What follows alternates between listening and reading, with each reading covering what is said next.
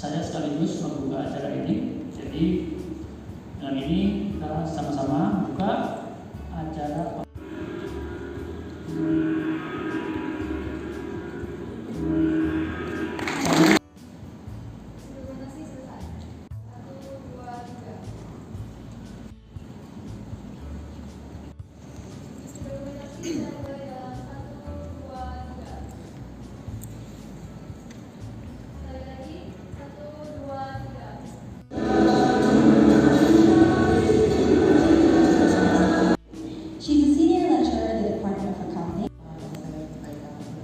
Selamat pagi semuanya, saya sangat mengapresiasi ya untuk kegiatan ini. Saya rasa ini at the right time. Dari DSK1 standar keberlanjutan mengikuti yang mana, you name it ya. It's about 880 frameworks akan diharmoniskan, akan disatukan. S1 ke belakangan ya. S1 itu kan lebih, kalau Anda pernah lihat draftnya, POJK 51 2017 dan SOJK 16 tahun 2021. Ada regulator, ada standar sertifikat disclosures di financial report. Ya kalau ngomong itu ya ngomong tentang sampah, yang ngomong tentang air, yang ngomong tentang, and you have to keep reading, ya, you have to keep.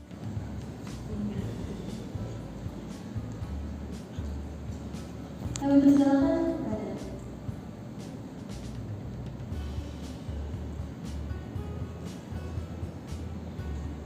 Kami persilakan kepada Bapak Dr. Hendro Lukman untuk memberikan salam.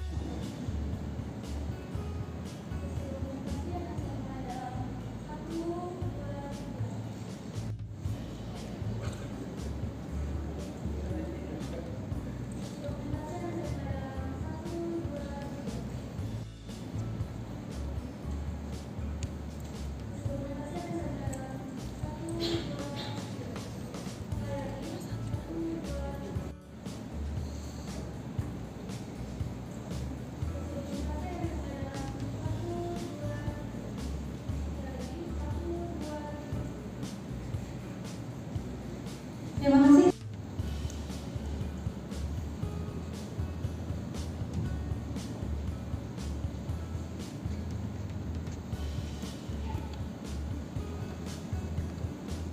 Hadirin sekalian, segera kita akan memasuki sesi talk show. With a bachelor degree in accounting and further education by obtaining a master of management degree from Trisakti.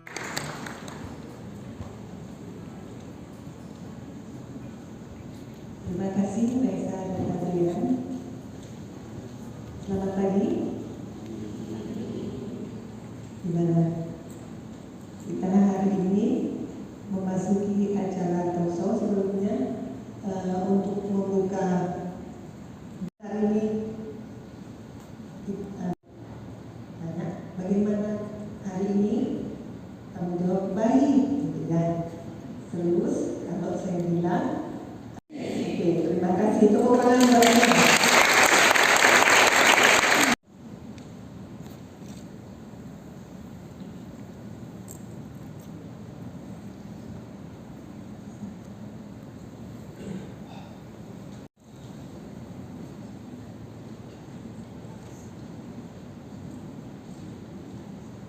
Profesor Dr. Sylvia Veronica Endri Siregar is a professor at the Faculty of Economic and Business. Pembicara kedua adalah ESG Assurance Leader for KPMG in Services, including ESG topic. Oke, ya sebelum acara dimulai, saya mau Founding Festival di Universitas Tarumanegara. Tadi sudah diperkenalkan, nama saya Sylvia Veronica, saya dari mungkin cukup. Itu juga keluar istilah ESG.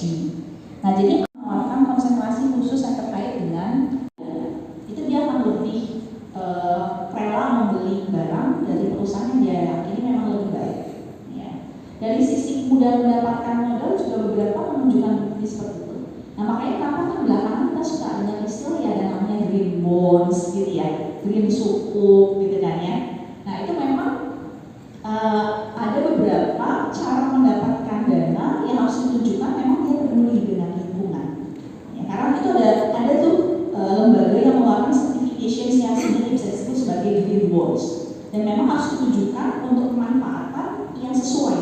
dengan peruntukannya, gitu ya. Nah, ada juga beberapa yang menunjukkan dengan peduli terhadap ESG ini, resikonya juga bisa di-manage lebih baik. Karena memang ada resiko yang timbul dari aspek ESG, gitu ya. Nah, bahkan mungkin bisa next. Nah, ini ada beberapa pentingnya ESG and sustainability dari berbagai survei yang mereka dengan isu ESG ini, ya. Nah, ini juga. Nah, dari top 10 risk tersebut, itu resiko terkait dengan environmental itu mendominasi. Ya. Salah satunya yang muncul terkait dengan climate change, itu sangat mendominasi. Ya, extreme weather gitu ya. Karena kita kan juga merasa ya waktu bulan apa tuh yang di Jakarta aja panasnya, ya Allah luar biasa panasnya Jakarta gitu kan ya. Kayaknya ESG report ada panduannya enggak? Atau suka-suka aja? Gitu ya. Nah, itu sebenarnya sangat tergantung dari aturan di negara tersebut. Reportingnya sebenarnya paling basicnya ada kalau buat Saya, lupa. Ayo, saya sehat, saya kuat, saya peduli ESG. Silakan kita masuk kepada pembicara. Sejahtera buat kita semua. Terima kasih saya sampaikan kepada panitia terutama yang Makta yang langsung. Dalam hal ini saya mewakili kebetulan kantor angkutan publik. Jadi ada BPJS 51, kemudian ada SLK 16. Haruskan perusahaan-perusahaan di Indonesia, terutama listed company, financial institutions dan lain sebagainya, diharuskan untuk menerapkan sustainable finance, misalkan, dan juga membuat laporan keberlanjutan, gitu ya.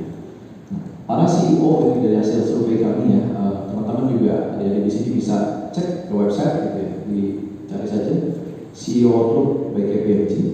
Salah satu topik yang menarik, tiap tahun biasa kita melakukan survei, dan topik itu adalah muncul ESG.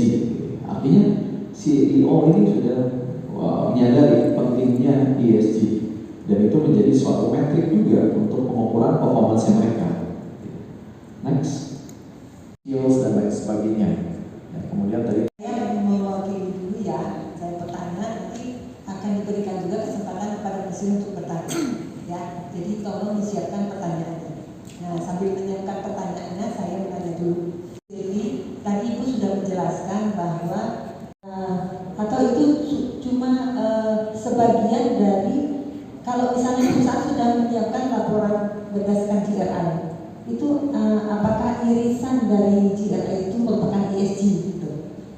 Oke. Kemudian yang ketiga, ini peluang bagi mahasiswa ya, apa yang perlu dilengkapi skillnya supaya dia selain mahir juga untuk audit laporan keuangan yang konvensional, juga bisa nanti berkembang karirnya dengan menjadi assurance. Oke, terima kasih. Itu untuk Bu Silvi. Sementara Pak Angga tadi di assurance, betul ya Pak Angga? Jadi lebih banyak itu diambil oleh ilmu ke bidang lain yang mengassurance.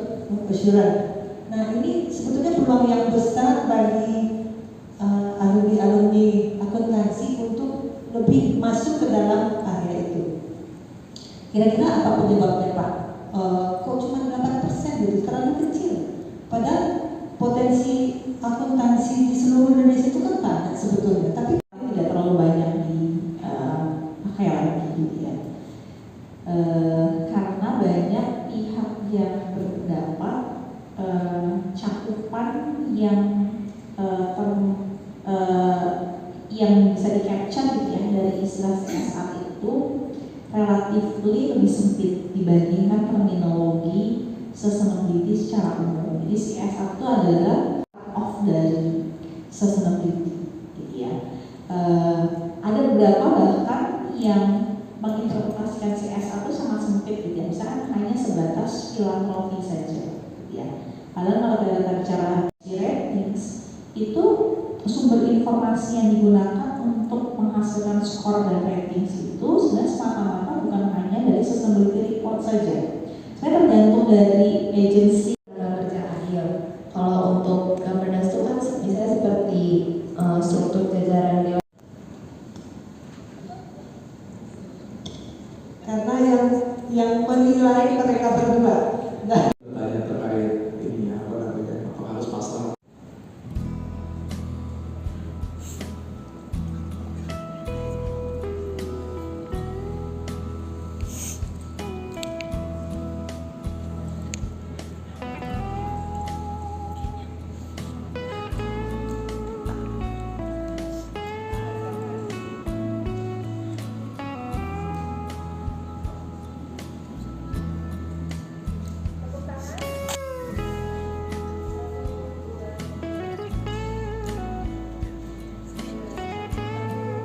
Lestari.